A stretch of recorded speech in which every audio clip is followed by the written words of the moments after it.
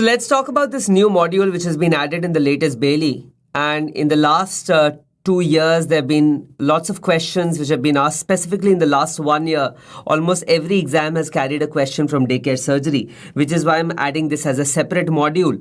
Now, it's a short module, does not have a lot of excitement attached to it, but questions are being asked, so we need to go through it once, okay? Now, I do a lot of daycare cases and patients come in early in the morning. So this was a picture which I clicked in South Africa early in the morning, and they get back home by sunset. This was a sunset picture which I clicked in Mauritius, okay? So that is daycare surgery, where they come early to the hospital in the morning and they get back home before sunset or by night. That is daycare surgery. So these definitions are very important for the exam. Outpatient surgery is when the patient is not admitted to a ward facility. Procedure room surgery is when the surgery is done when it does not require full sterile theater facilities. So like I have told you about vacuum assisted breast surgery. So I do a lot of vacuum assisted breast surgeries for fibroadenomas, and majority of the times I do it in my OPD chamber, where the patient comes in, I do the procedure, and then they leave within an hour or so. So that is a procedure room surgery. Daycare surgery definition has been asked. Daycare or same-day surgery, like I told you, they're admitted early in the morning and discharged within 12 hours. They're discharged within 12 hours. Overnight stay is a 23-hour admission with an early morning discharge. And short stay surgery is admission for up to 72 hours. So we will talk about there are a lot of surgeries which now are being done as daycare procedures, okay? So the first thing which we need to know, what are the selection criterias for daycare surgery, right? Selection criterias. So medically, we should use the physiological age rather than the chronological age. So we should not see whether the patient is 40, 50 or 60. We should see the physiological age, how functionally active the patient is. ASA status you've already read in anesthesia. Any ASA status over 2 requires careful review.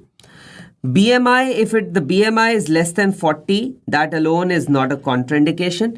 In fact, it is said that for surface procedures, if we are doing surface procedures, BMI less than 40 BMI, that is the selection criteria. And if you're doing a laparoscopic surgery, then the BMI less than 38 is applicable or eligible for daycare surgery. Socially, you should have a responsible adult who must be with them for the first 24 hours.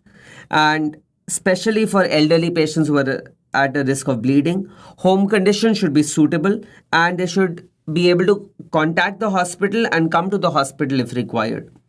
So surgeries up to 2 hours, which are recognized as daycare procedures, and ability to eat and drink within a reasonable time scale. These are the things which we need to take into account when we are scheduling cases, okay, or selecting patients. Let's talk about some more selection criteria which are potential questions for the exam.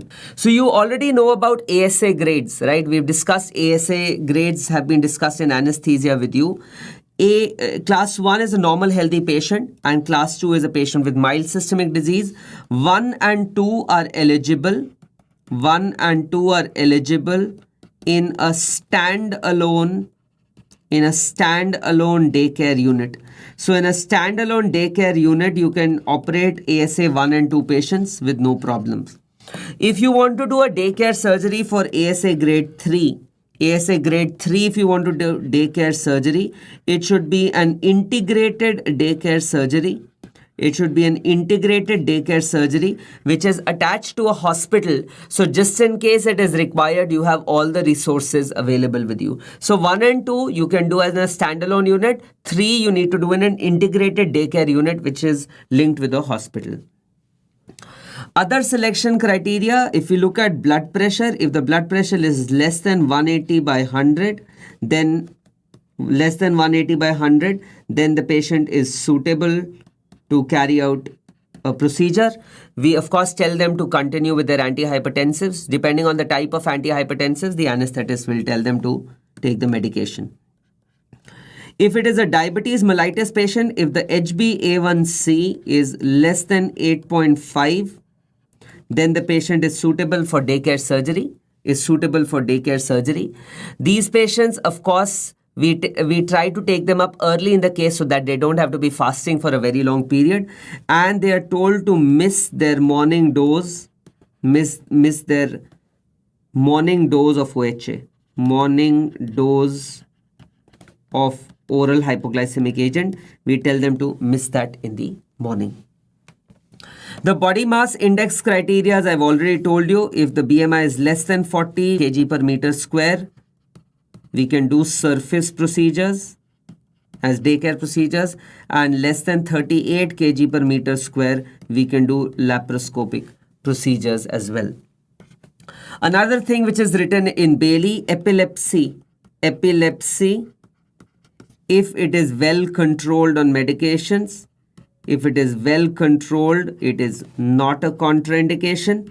So epilepsy is not a contraindication, and they should be told to continue their medicine, and there should be a responsible adult who should accompany them, who can drive them back to home. So these are the selection criteria which we take into account when we are going to post a patient for daycare surgery. Now, scheduling of the cases. Now, if it is a dedicated daycare center, if it is a dedicated daycare unit,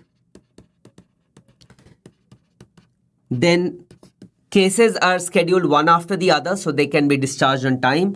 But if it is a mixed list, what does it mean by a mixed list? Mixed list means where there are daycare cases also, short stay cases also, and long cases also, right? So if it's a mixed list, then daycare cases should be done first.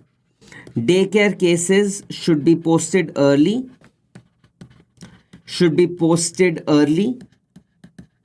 So that they can be discharged on time. So like I do a lot of daycare cases, a lot of my breast surgery cases are daycare cases. If they're covered in insurance, then they have to stay for 24 hours. Otherwise, I do them as daycare. So I start my theater by 7:30, 7:45, right? By 7:30, 7:45, I give my incision for the first case, and I try to finish all my daycare cases by 10:30, 11, so that they can be discharged by around 5 or 6, we can send them home, right? So that is how we schedule the cases. Of course, I've told you in scheduling that if you have a patient who has comorbidities like diabetes, hypertension, you'll try to schedule them early so that they don't have to fast for a longer period of time. Now, anesthesia and analgesia are very important in patients with daycare surgery. So we use total intravenous anesthesia is used wherever applicable. This is TIVA, total intravenous anesthesia, and this is with propofol. So propofol is used, and this reduces the post-operative nausea and vomiting. This question has been asked in one of the super specialty exams, that just by using propofol or total intravenous anesthesia, the risk of post-operative nausea and vomiting is less in these patients. Also, analgesia in these patients, we give infiltration after surgery. So whenever I finish my surgery, I infiltrate bupivacaine, which is a long-acting local anesthetic. So at least for a few hours, the patient does not have pain. So adequate analgesia should be provided, and anesthesia should be in such a way so that there is quick recovery and the patient can be discharged. I will talk about the ERAS protocols. What is ERAS? ERAS is Enhanced Recovery After Surgery. ERAS is Enhanced Recovery After Surgery. Protocols, which I'll tell you towards the end of this module. So those factors are also taken into account when we are dealing with daycare cases, so we can have a quick turnover. Now, whenever we do any procedure, of course, there can be complications, and that is something which we need to monitor very closely in patients who are undergoing daycare procedures. So the postoperative complications which can be there are, you can have hemorrhage. Now, we have already spoken about the types of hemorrhage in shock. We know that there can be primary hemorrhage which can occur during surgery. There is reactionary hemorrhage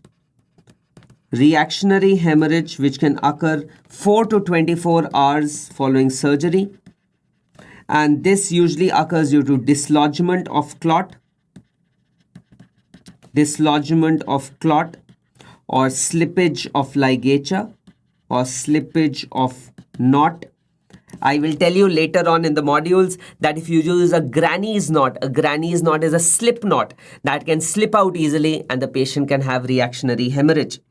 And one more thing which I want to tell you here is that before we close a case, like supposing I have a patient whom I'm operating on, before I start suturing the skin, I always ask the anesthetist what was the baseline BP at induction. Right? Why? Because supposing the baseline BP at induction was 140 by 90. But the anesthetist will maintain the BP at a lower level while I'm doing surgery. So the BP they maintain at say 120 by 70. But that is not the normal BP for this patient. Now, if I close at that BP and after reversal the BP shoots up, then there can be vessels which can open up and they can bleed. So which is why before I close a case, I always make sure that the BP is close to the baseline BP so that we don't miss any bleeding. And you can have secondary hemorrhage as well. Secondary hemorrhage is after a few days. Secondary hemorrhage is after a few days, and this is usually due to infection. So in patients who've undergone daycare surgery, it is very important for us to monitor for reactionary hemorrhage, right? It is very important for us to monitor for reactionary hemorrhage. And for open cases, we can of course monitor with the soakage of the dressing. In the drains, we can monitor. But the problem occurs in laparoscopic surgery where there can be covert hemorrhage, where we don't see the hemorrhage and there can be covert hemorrhage. And that is something which we need to actively monitor. And that is why at the time of discharge of these daycare patients, we give them clear instructions that, if you have dizziness, if you feel lightheaded, if, you have features of you're about to faint, you should immediately rush back to the hospital. Other problems are post-operative nausea and vomiting. This is also a very common complication which can occur following daycare surgery. And to assess post-operative nausea and vomiting, we have the Apfel score. This has also been asked in one of the exams. The term has been asked. The Apfel score is used for predicting nausea and vomiting. Again, you don't need to know the details of this score. You should just know that Apfel score is used. And that is why we avoid agents like morphine, which can give rise to postoperative nausea and vomiting. And also I told you we use total intravenous anesthesia. We use total intravenous anesthesia to reduce postoperative nausea and vomiting. Also towards the end of the case, long-acting antiemetic should be given in these patients. Long-acting antiemetic should be given in these patients. Okay, I will continue with the complications, but I just want to tell you a story here. This is a picture which I clicked in South Africa of whale watching, and every time I talk about post-operative nausea, vomiting, I always remember this day because me, Dr. Ila, and my sister-in-law, we were in a small boat and we had gone whale watching. We were of course there with 6 other people, and the waves were the current was so strong that the boat was moving around, right? And initially Dr. Ila started vomiting, then my sister-in-law started vomiting, and by the end of it, as soon as the trip was about to get over, I also vomited. And, there was a bucket which was kept there and I was busy passing the bucket to both of them. And eventually I also had to use the bucket. So that's what I remember whenever I talk about post-operative nausea and vomiting. The other complication, of course, is pain. And to reduce the pain, I have told you that we use infiltration of bupivacaine, which is a long-acting local anesthetic, and we give adequate analgesics to patients as well. So these are some of the complications which you should know about in daycare surgery. Now, what are the surgeries which can be done as daycare procedures? So you just need to know an idea of these surgeries as well. So abdominal surgeries, if you have basic treatment of anal lesions, hemorrhoidectomies, so stapler hemorrhoidectomy, which I'll talk about later, is done. Inguinal hernias can be done. Laparoscopic cholecystectomy is being routinely done as daycare procedures where patient comes in the morning and they go back. Pilonidal sinus surgeries are also being done. Breast surgeries, I told you, majority of the breast surgeries are daycare procedures, barring cancer surgeries where we keep the patient for a single day. Most of the other surgeries are daycare procedures.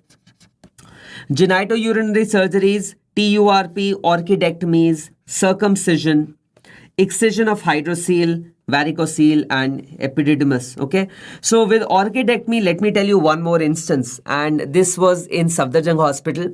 There was a boy whom I remember was he used to work at McDonald's, and he had a testicular tumor. So he was called in for an orchidectomy as a daycare procedure. And I remember it was our final year postgraduate who did that procedure as an independent case. And our professor was, of course, assisting, but he was just standing there. The patient was shifted to the recovery room. And fortunately, we had one of the most dedicated nurses there posted in the recovery room that day.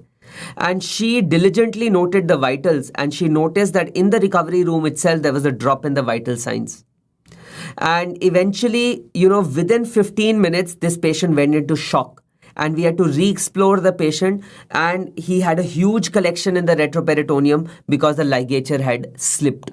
Okay, so like I told you, there can be covert hemorrhage. Hemorrhage is one of the complications, which is why very good monitoring is required if you're dealing with daycare cases. Some of the orthopedic surgeries and vascular surgeries like varicose vein procedures can also be done as daycare procedures. Now, when do we know that the patient is fit to be discharged? This is another thing which has been asked in various exams, including your super specialty exams as well.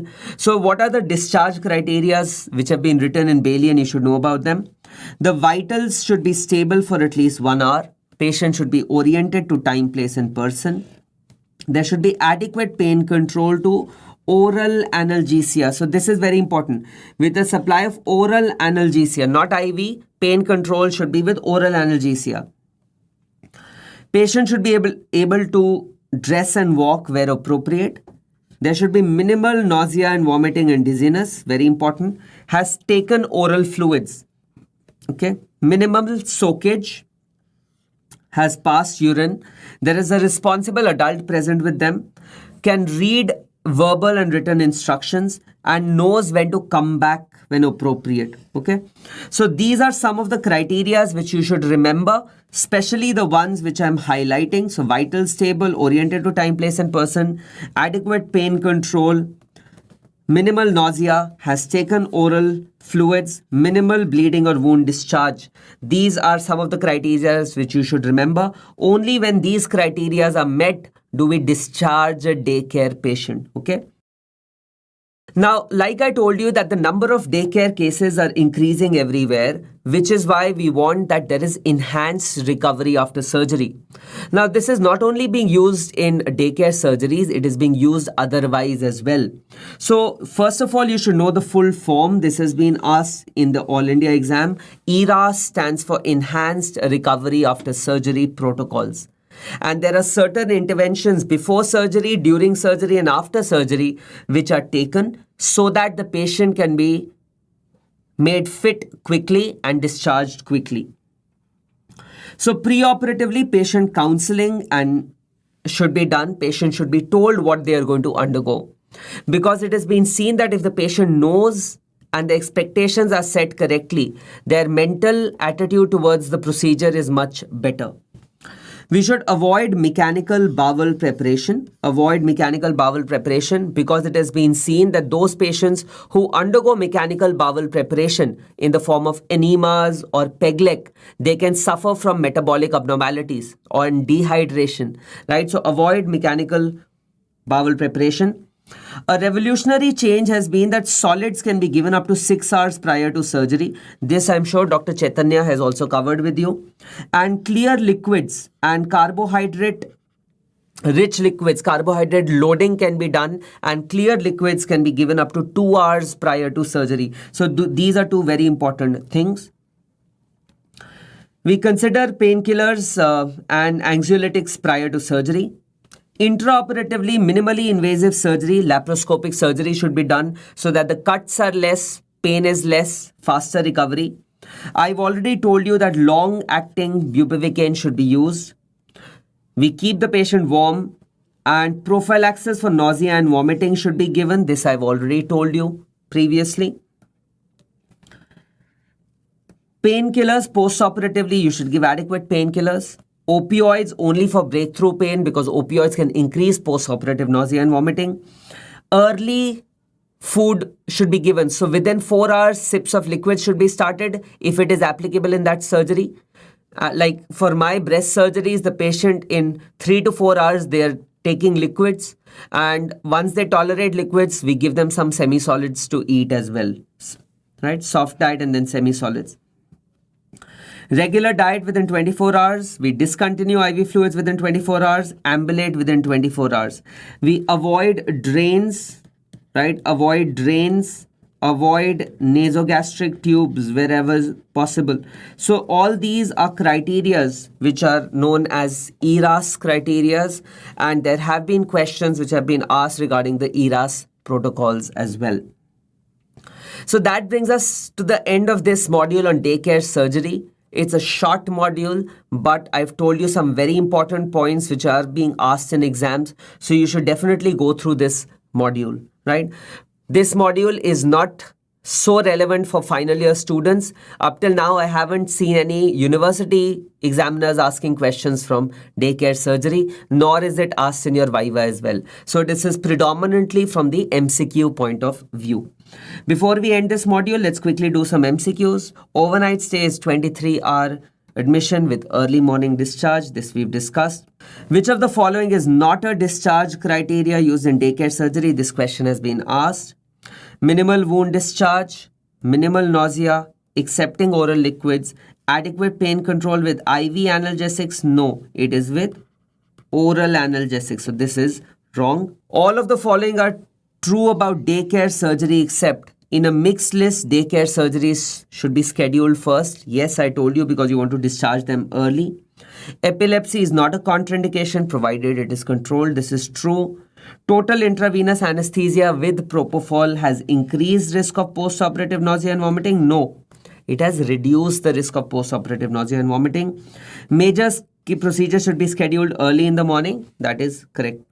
Nowadays in daycare surgeries, more proactive approach is being used to prevent unnecessary surgical stress. Which of the following steps is not included?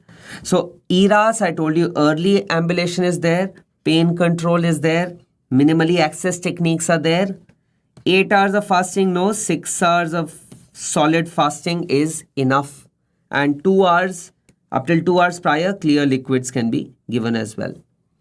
APFL score, I told you, is for post-operative nausea and vomiting. This we've discussed. In units adept to doing daycare surgery, body mass index is acceptable for laparoscopic procedures. So 38 is the BMI till which we can do laparoscopic procedures, and 40 is the BMI for surface procedures. All of the following are components of ERAS, that is enhanced recovery after surgery, except use of NG tube is encouraged. No. Epidural analgesics are encouraged. Correct. Avoiding fat containing foods for 8 hours. True. Carbohydrate rich liquids can be given till 2 hours before surgery. True. This is also true. Okay. So these MCQs are directly lines which I've taken from Bailey and made MCQs. So you should know about them. This is a very important module for future exams. So please go through it at 2x speed. Do revise this module. Thank you.